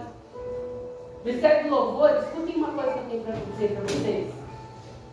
Vou ser bem sério para vocês. Como pastora de vocês, com amor que eu tenho para vocês. Um dia eu tive um pastor, Robson Monteiro, e ele me deu uma dica quando eu assumi o louvor. Ele falou, Aline, a igreja bebe do que está na alma da sua alma. Então o levita, ele dá para a igreja o que está na sua alma. Você entende o compromisso de alguém que faz louvor? Não é o baixo, não é a guitarra, não é a voz, não é o canto, não é a bateria, apesar de ter hoje detonado, né? Não é. É o quanto vocês conseguem adorar e louvar e o quanto a alma de vocês tem para oferecer para a igreja no momento em que vocês estão conduzindo a igreja de novo. Então as maiores orações têm que sair desse altar. Os maiores louvores têm que sair daqui. Nós estamos em culto de Santa Zé, nós apertamos a porta. Porque a igreja vai beber. Nunca vou esquecer. Isso passaram 22 anos, 23 anos. Foi no ano que eu aceitei Jesus, eu sei disso. 22 anos. Complicado a tua alma, viu? Então o que vocês fazem no secreto durante a semana vai ser o que vai alimentar a igreja na hora do culto de domingo. Ministério de intercessão não é na hora da intercessão. É o que nós fazemos durante a nossa casa e no nosso secreto durante toda a semana, que de fato vai bloquear as armas de Satanás, porque eu já declarei. Às vezes alguém fala assim, pastora, o diabo, que eu falo, dentro da igreja, o diabo não é. Mas pastor, os endemoniados, por isso que eles endemoniam, eles querem que o diabo fique, mas o diabo tem que sair. Porque eu já declaro, em nome de Jesus, desse portão para dentro, o diabo não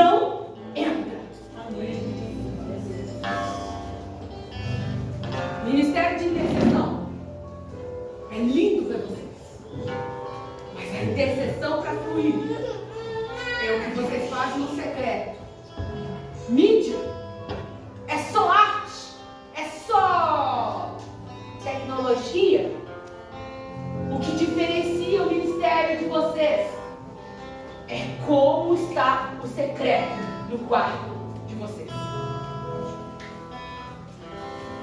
É quando vimos para Jerusalém, assim a dança, assim as células. A tua célula tem sido um ambiente de transformação ou um grupinho de amigos que se reúnem semanalmente para contar uma historinha da Bíblia? Ou a célula tem sido um ambiente de transformação? Porque é gostoso. Espera só um pouquinho, gostoso. Eu normalmente não gosto quando os brasileiros admitem, gente. Porque se célula for um ambiente de grupinho de amigos, então mudem o nome de vocês, cheguem no pastor e falem, preciso mudar o nome daquele lugar. Reunião semanal dos bestes. Célula é lugar de gente que quer tutano. Só que sabe como os líderes estão hoje? Eu não sou por isso. Nem que eu pregue para 3. E se não tiver 3, eu só iria. Meu compromisso é com a palavra dele. Sabe como tem sido célula hoje? Bajulação. Porque se o líder fala, você tem que mudar. É muito grosso esse líder. Ele é muito duro. É o tipo dessa liderança. Jesus é amor. Jesus, minha gente, é fogo consumidor. Se você lesse Bíblia, você entendeu o que é Jesus. Jesus, ele fala, ei, para de pescar peixinho. Porque eu quero te revelar coisas maiores. Mas enquanto você estiver preocupado com os peixinhos, eu não posso te estabelecer como pedra. Por que ele não fez Maria morta? Ele fez pedra. Pedra aguenta. Pedra é rocha. Pedra não fica, ai, me feriu. Pedra fala, pastor é meio punk, meio bravinho, mas é porque ela me ama tanto. Ela quer me ver diferente. Ela quer me ver conquistando as pisaduras que Jesus tem preparado para mim. Porque as bênçãos e a mão é uma consequência. E cai coisa em Jerusalém, dentro do alto sendo vestido. A Bíblia diz que Pedro está lá. Ele sai de lá, gente, transformado. Ele não pegou a capa no culto de Pentecostes. Ele pegou a capa no racional. Nós não precisamos de um culto de Pentecostes para nos realinhar. Aquilo devia ser mapeado. Sabe quando você quer fazer uma casa? Eu não preciso ser uma construtora para saber que se eu não fizer um bom alicerce, não adianta planejar a madeira que eu vou fazer tesoura no telhado. Certo, Ju? Certo? A madeira que eu vou fazer o meu telhado, eu vou pensar depois que eu estabelecer uma boa. Em que está baseada a tua vida ministerial? Em que está baseada a tua vida como crente? Porque quando eu perguntei aqui, quantos são crentes? E esses dias o menino lá no Rio, eu brinquei e falei, filho, você é crente? Ele falou, sou cristão. Eu falei, tão pequenininho, cheio de religiosidade. Eu falei, filho, você não crê em nada. Então ele falou, eu creio em Jesus. Eu falei, você é crente? Eu falei, a palavra crente está falando de crer, você pode crer num galho de salsinha. Você crê em Jesus? Tem crente que não, lá tem que ter crente, eu sou cristão. Ah, você é cristão? Então você reflete Jesus Cristo sobre a terra? Porque ser cristão é ser a imagem e semelhança dele. Quantos podem abrir a boca? Quantos de nós? Eu me incluo. Estamos excluindo de nada essa palavra. Podemos abrir a nossa boca e falar: somos cristãos. Porque o meu caminhar, outro pode caminhar através de mim e no mesmo passo que eu. Porque o meu caminhar está ligado ao caminhar dele. Por isso que Paulo não ousou falar. Usou. Para ser imitador, Pedro ousou a falar: sede meus, Paulo, sede meus imitadores, como eu sou de Cristo. Porque ele aprendeu a caminhar as pisaduras de Jesus. Você já aprendeu a caminhar as pisaduras de Jesus? Porque quando você aprender, e que pode ser hoje, em Jerusalém, Pedro decide caminhar. Pedro fala. Ele decide caminhar. A Bíblia diz que houve o Pentecoste. E a gente adora o Pentecoste. Eu sou desse naipe também. Mas eu sei que o Pentecoste é mais. Pastora, a senhora está menosprezando o Pentecoste? De maneira nenhuma. Mas eu não acordo o dia inteiro. Eu acordo de manhã já. Eu não tomo café. Eu não almoço. Eu não estou andando no meio da rua, daqui a pouco. Não. Mas eu acordo de manhã falando: Senhor, o Senhor é meu caminho, o Senhor é a minha verdade, o Senhor é a minha vida. Glória a Deus. Eu acordo e tomo café falando: Senhor, obrigada por mais um dia. Eu te aceito como o Senhor e Salvador da minha vida. É racional. Porque se você ficar só ligado no fogo e no vento,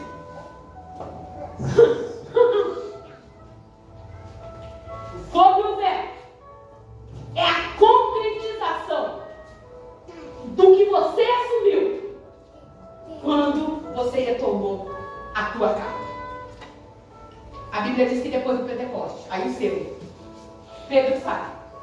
E ele resolve fazer uma reuniãozinha de célula. Ele sabe pregar alguns. E às vezes você está lá, e nem doido pregando na tua célula, não vai nem visitante. Pastora, o que é isso? Por quê? Atos 2, 41 e 42. A Bíblia diz que após o vento, o fogo,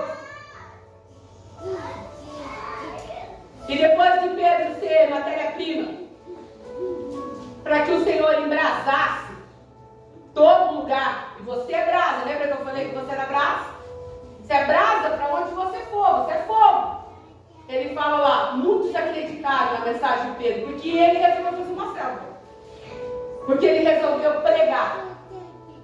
Naquele dia quase 3.000 se juntaram ao grupo de seguidores de Jesus. O mesmo homem que nega. O mesmo homem que nega. É o homem que Jesus fala: Pedro, tu me amas? Já terminamos esse aqui. Pedro, tu me amas? E ele fala: eu te amo, Senhor. E ele retorna e fala: Pedro, tu me amas? A cada eu te amo, Jesus dá uma condição a ele: ei, apacenta as minhas ovelhas. O teu amor por Jesus, ele está ligado a vidas. E eu me preocupo quando o crente chega para mim e fala: eu nunca quero liderar a célula. Eu me preocupo quando o crente chega para mim e fala: eu não quero cuidar de gente. Porque Jesus deu uma condição de amor a ele. Pastora, mas para mim ganhar vida não quer dizer que eu tenha que liderar a célula. Fala para mim, circunciso do Senhor. Você ganha alguém não tendo responsabilidade com esse alguém? Porque quando eu percebo qualquer um de vocês um olhar um pouquinho baixo, eu estou lá na casa de vocês. Porque o meu fruto não é só para ganhar. O meu fruto é para permanecer. Agora ninguém consegue conectar esse fruto. Se conectar esse fruto se não tiver ligado a ele.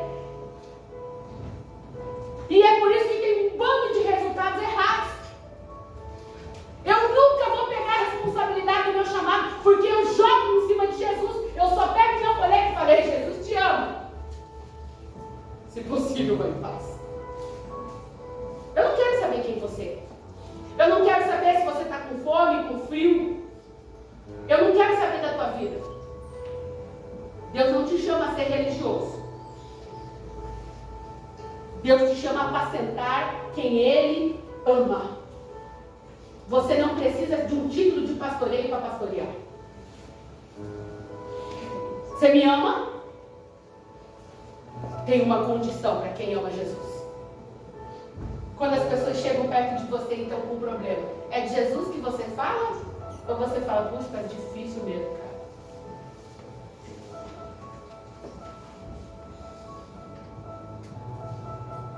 É difícil mesmo. Ai, no serviço também está ruim. O negócio para mim também está complicado. O que as pessoas ouvem de você? Pedro, tu me amas? Eu te amo, Senhor. Apacenta as minhas ovelhas. Hoje eu estava almoçando deliciosamente na casa da Cris e do Adriano. Vamos passar nosso domingo com eles. Deliciosamente. Parabéns, Adriano. Dotes culinários, monstro, quando vocês quiserem. Eu passo o endereço. Uma maionese surreal. Parecendo, não sei se era um mousse, uma maionese. Muito bom. Eu estava falando amor de tapa nas costas. E amor de palavras. Se você treinar um papagaio, ele vai falar. Para de amar Jesus superficialmente. Porque quando você mesmo desesperar, você está o negando. Quando você menos esperar, você está voltando a pescar e abandonando a capa que ele te deu. Muitos creram na mensagem após Pedro entender que o amor por Deus estava condicionado às pessoas que ele precisava ganhar, amar e cuidar. E a Bíblia diz que ele resolve amar Jesus de verdade. Reúne um pequeno povo de 3.000 almas na primeira pregação. Posteriormente, ele reúne mais um povo, 5.000 almas. E ele deixa, de uma vez por todas, a prática passada para viver o que Jesus fez. Qual é o barco que você deixou atracado no mar da sua vida? Pode se colocar sobre os seus pés.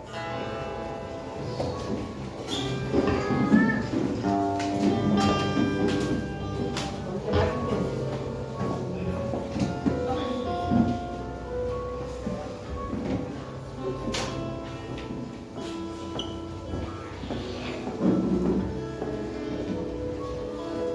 Em Efésios 4, do 14 ao 16, ele nos dá uma palavra um pouco difícil, mas que eu sou apaixonado. Eu gosto das palavras difíceis. Ele fala assim: quando você estiver pleno dentro daquilo que Deus quer trazer para você, quando o teu estado não for pela metade, mas for inteiro, quando você estiver completo, na sua totalidade, você vai estar pensando aí, pastora, isso é difícil. Não, eu estou completa hoje. Pastora, a senhora é perfeita? Não, mas eu estou completa. Por quê? Porque eu já entendi dentro da minha mente o que eu preciso ser. E o completo não é porque você está totalmente cheio daquilo. Porque completo, você só vai dar. Mas hoje, você precisa entender o que você precisa ser. Todos nós. Para que todo espírito de desânimo, de murmuração, de tristeza, de aflição não tome a sua vida mais. E a Bíblia diz que quando você estiver completo, você nunca mais resolve pescar. Porque pescar não é mais uma alternativa para você. Desistência não faz parte da sua vida. E em Efésios 4, 16, do 14 ao 16, ele fala assim, ó.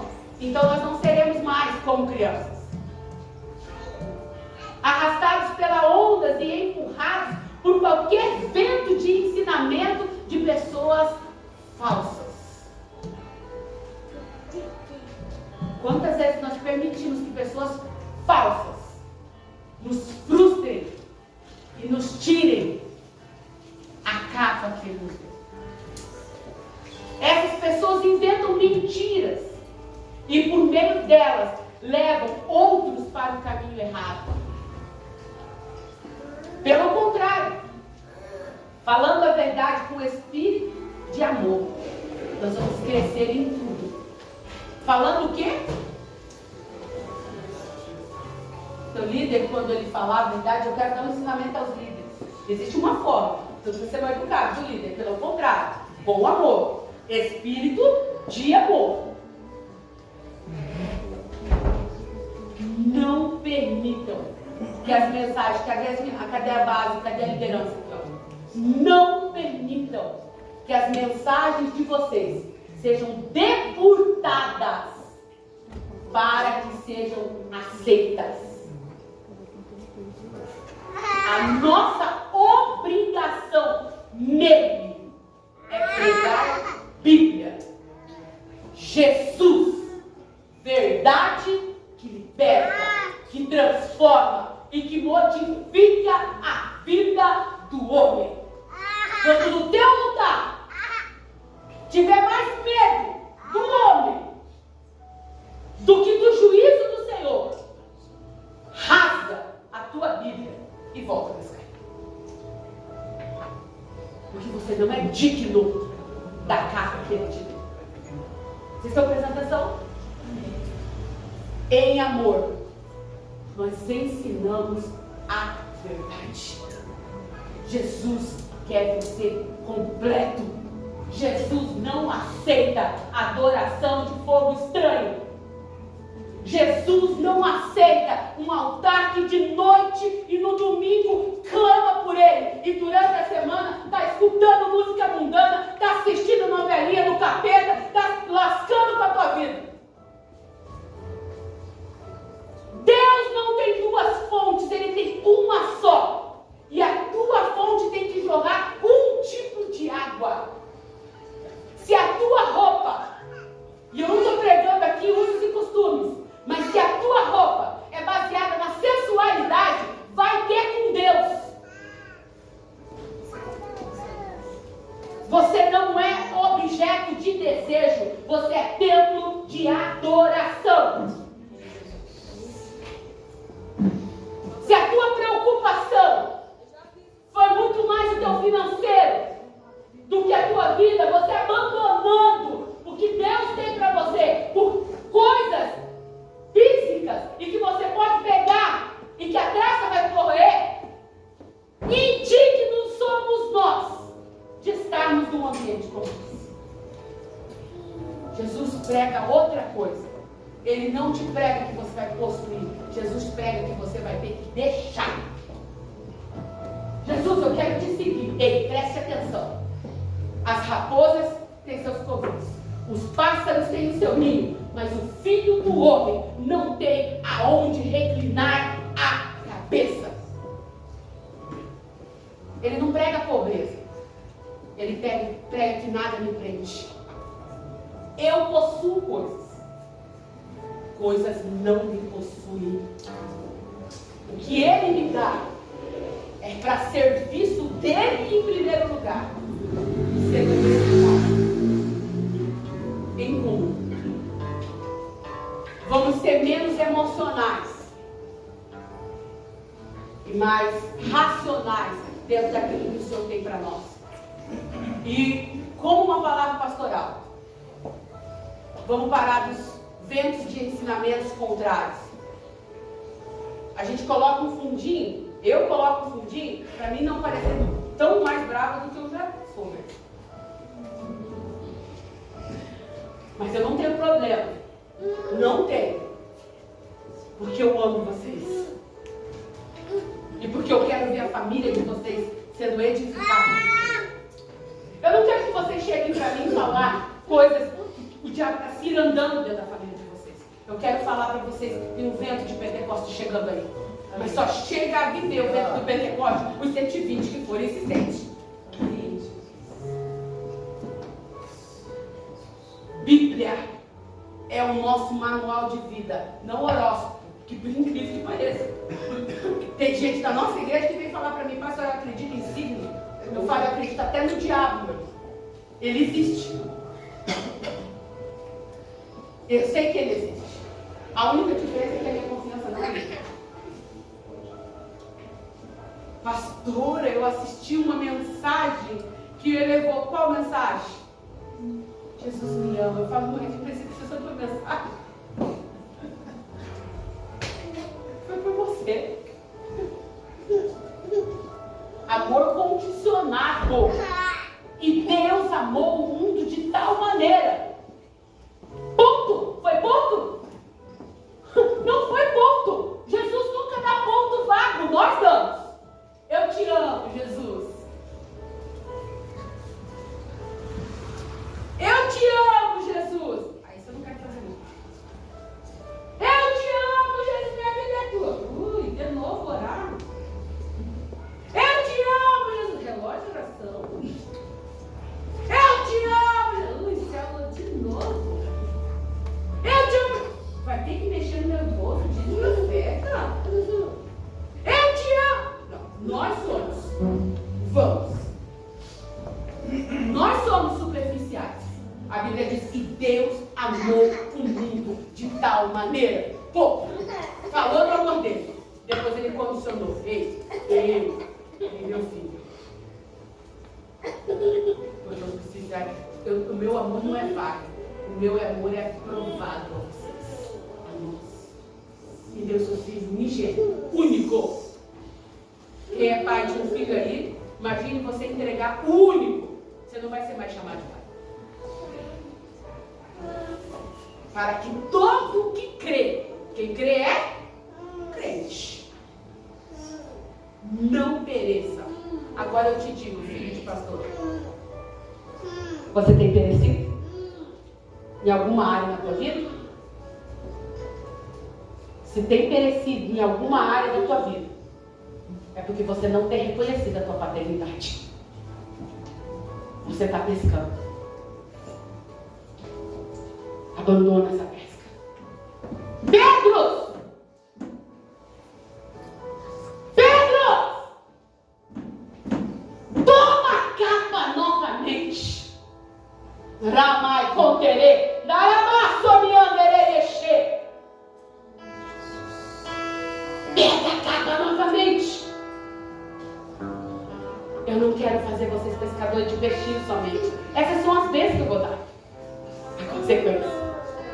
Eu chamei vocês para serem pescadores de homens. E quem pesca homem não ouve vento de ensinamentos contrários.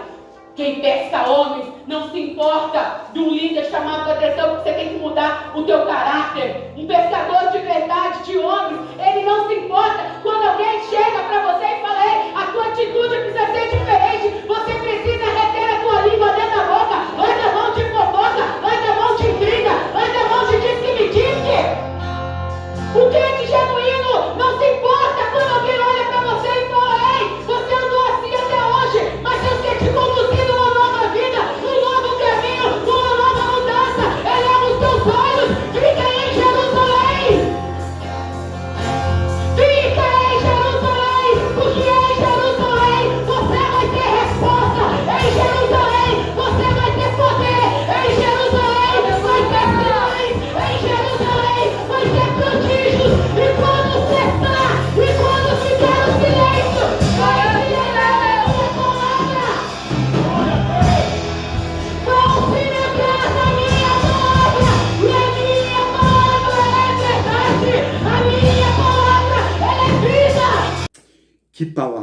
Que palavra poderosa, palavra edificante, palavra transformadora em nossos corações. Né? E venho fazer um convite a você a estar juntamente conosco na nossa igreja, que está situada na rua Carlos Fontoura Falavinha, número 625, domingo às 18 horas. Deus tem um encontro contigo, amém? Deus tem um encontro marcado com a tua vida, Deus tem um encontro marcado com a tua família, em nome de Jesus. Venha, não fica de fora, porque Deus tem algo glorioso, grandioso, porque coisas novas o Senhor vai fazer.